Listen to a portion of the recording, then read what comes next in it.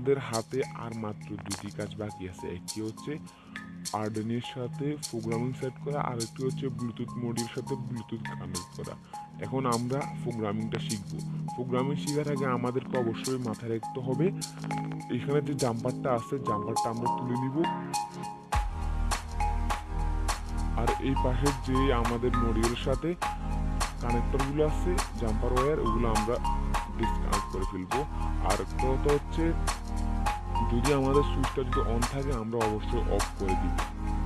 এখন আমরা কম্পিউটারের সাথে তারের মাধ্যমে আমরা যুক্ত করে দিব।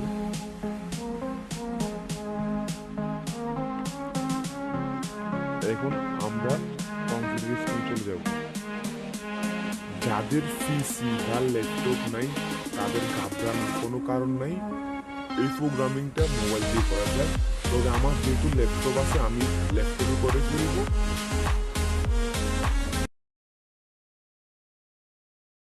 অবশ্যই আপনাদের কম্পিউটারের স্ক্রিনে আরডুইনো সফটওয়্যারটা ডাউনলোড করা থাকতে হবে। সফটওয়্যারে প্রবেশ করার পর এরকম একটি কোড আমাদের লিখতে হবে। আমার যেহেতু কোডটি আগে থেকে লেখা তাই আমি আর লিখব না।